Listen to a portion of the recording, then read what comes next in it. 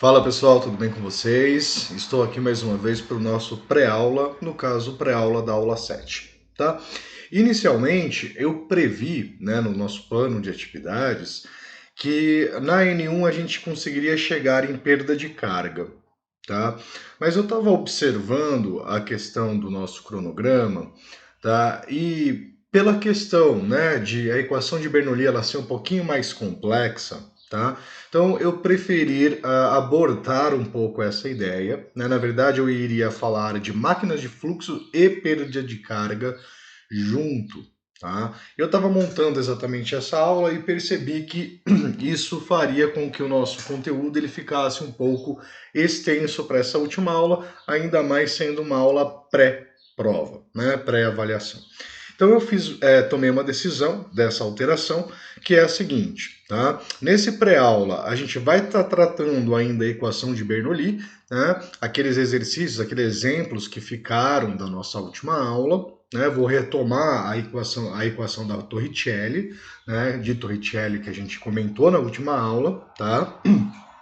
Fazer mais dois exemplos e no momento síncrono eu vou falar de máquinas de fluxo, ou seja, equação de Bernoulli associada a máquina de fluxo, no caso bombas e turbinas. E a gente deixa então ali a perda de carga para a próxima aula pós-avaliação, tá? Eu acho que vai ficar melhor dessa forma, certo? Então vamos lá, gente, para a nossa pré-aula, então continuando a equação de Bernoulli, tá? Então eu vou estar retomando aqui o último, exemplo que a gente estava vendo em aula, que ele dá essa situação. Determine a velocidade do jato do líquido no orifício do tanque de grandes dimensões da figura.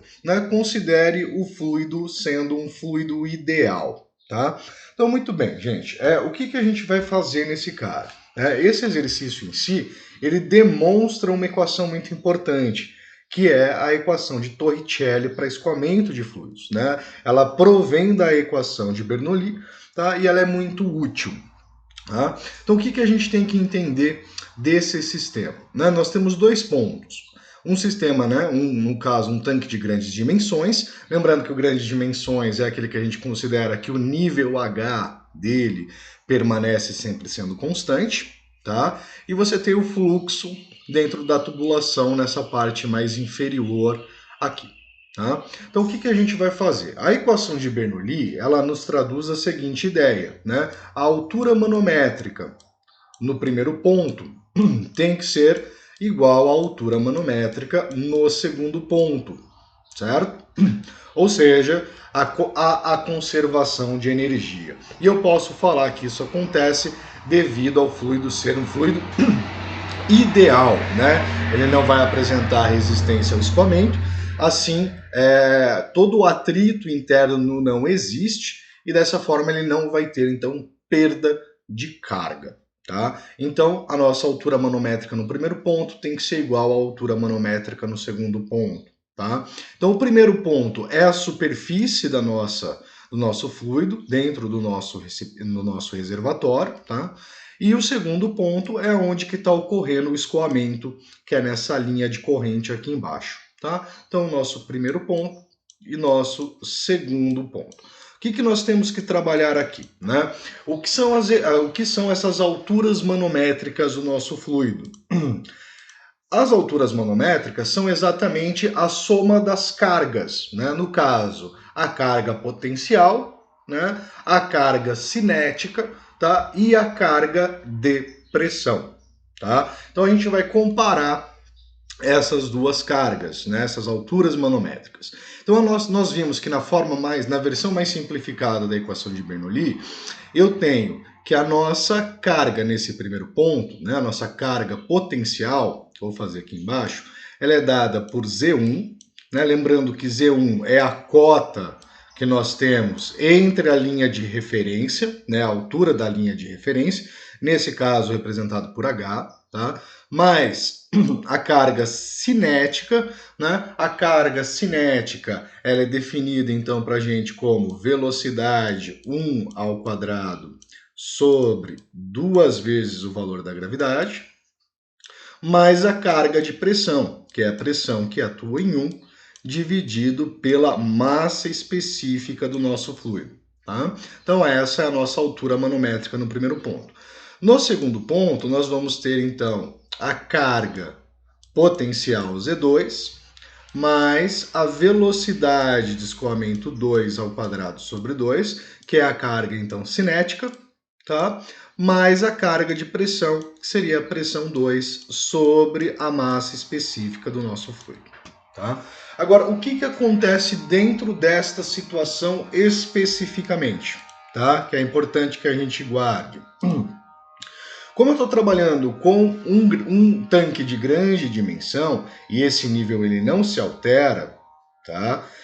A gente pode considerar que aqui, neste ponto mais alto, não ocorre o escoamento do fluido. Tá? E se o fluido ele não escoa nessa região, quer dizer que ele não tem movimento, ou seja, ele não tem velocidade. Dessa forma, esta energia de carga cinética, né, a nossa carga cinética, ela é igual a zero. Tá? Primeira observação. Segunda observação, no nosso ponto 2, né, note que a linha de corrente ela está exatamente na nossa linha de referência. Quer dizer que ela não apresenta carga potencial. Tá? A altura, então, aqui é zero, a nossa cota é zero. Então, eu posso também eliminar esse carinha dessa segunda, no nosso segundo ponto. Tá? Ele vai ter energia ou carga cinética, já que o fluido aqui ele está em movimento. Tá? E agora o segundo ponto que é importante. Né?